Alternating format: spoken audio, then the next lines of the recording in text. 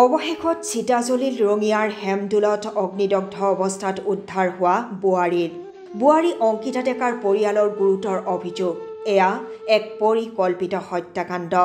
বোৱাৰীগৰাকীৰ মৃত্যুৰ পূৰ্বে দেউতাকলৈ শেষবাৰৰ বাবে গৈছিল এটা ফোন কল শুনক দেউতাকৰ মুখেৰে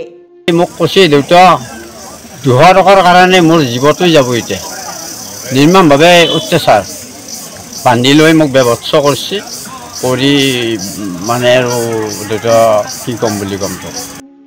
নিজ সন্তানক পুতুলা গাড়ী কিনি দিয়াটো যেন বোৱাৰীগৰাকীৰ হৈ পৰিল এটা ডাঙৰ অপৰাধ পৰিয়ালৰ লোকে মানি ল'ব পৰা নাই বোৱাৰীগৰাকীৰ মৃত্যুৰ কাৰণ মৰণোত্তৰ পৰীক্ষাৰ অন্তত মৃতদেহ পৰিয়ালক গোটাই দিয়া হয়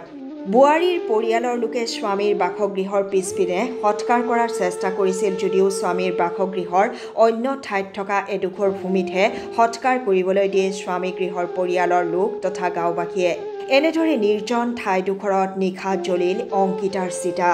ইতিমধ্যে ঘটনা সন্দৰ্ভত আৰক্ষীয়ে তীব্ৰ অনুসন্ধান চলাইছে আৰক্ষীৰ অনুসন্ধানৰ পিছতহে ওলাই পৰিব বোৱাৰীগৰাকীৰ প্ৰকৃত মৃত্যুৰ ৰহস্য আজিৰ পৰা কেইদিনৰ আগতে মোক ফোন মাৰিছিল ৰাতি মাৰি পেলাই কয় যে হৰেশ্বৰ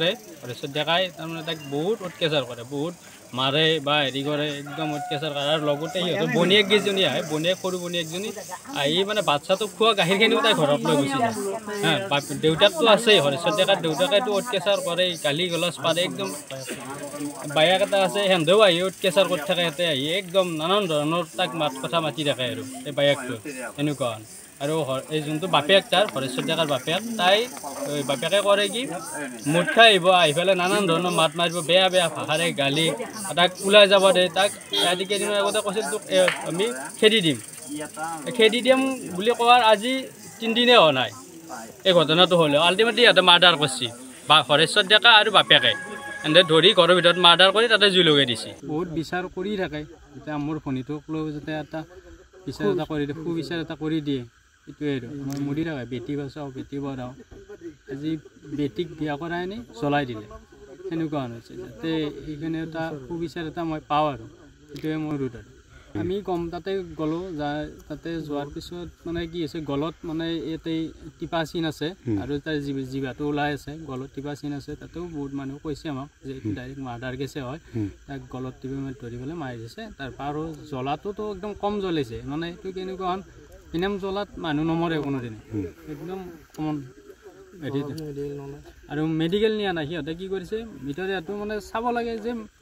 তাই জিন্দা আছে নে নাই ডাইৰেক্ট কৈছে মাৰা গৈছে তাত কাপোৰ এখন ঢাকি পেলাই থৈ দিছে তাইক এনেকুৱাই আৰু এইটো মই এটা বিচাৰোঁ আৰু যাতে সুবিচাৰ এটা মই পাই যাওঁ সেইটোৱে কালি যিটো ঘটনা হৈ যোৱাৰ পিছত কয়া থানাৰ অচি মহোদয় ইহঁতক লৈ গুচি গ'ল কয়া থানালৈকে ৰাতি ময়ো গুচি গ'লোঁ আপোনাৰ ৰাতি 7টা 8টালৈকে আহিছোঁ আৰু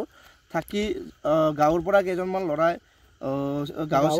গাঁৱৰ ছেক্ৰেটাৰী সভাপতি গৈছে খবৰ ল'বৰ কাৰণে কাপোৰ দিবৰ কাৰণে তাৰপিছত স্লাইচ আৰু চাহ বিস্কুট লৈ গৈছে কিন্তু তেওঁ ল'ৰাটো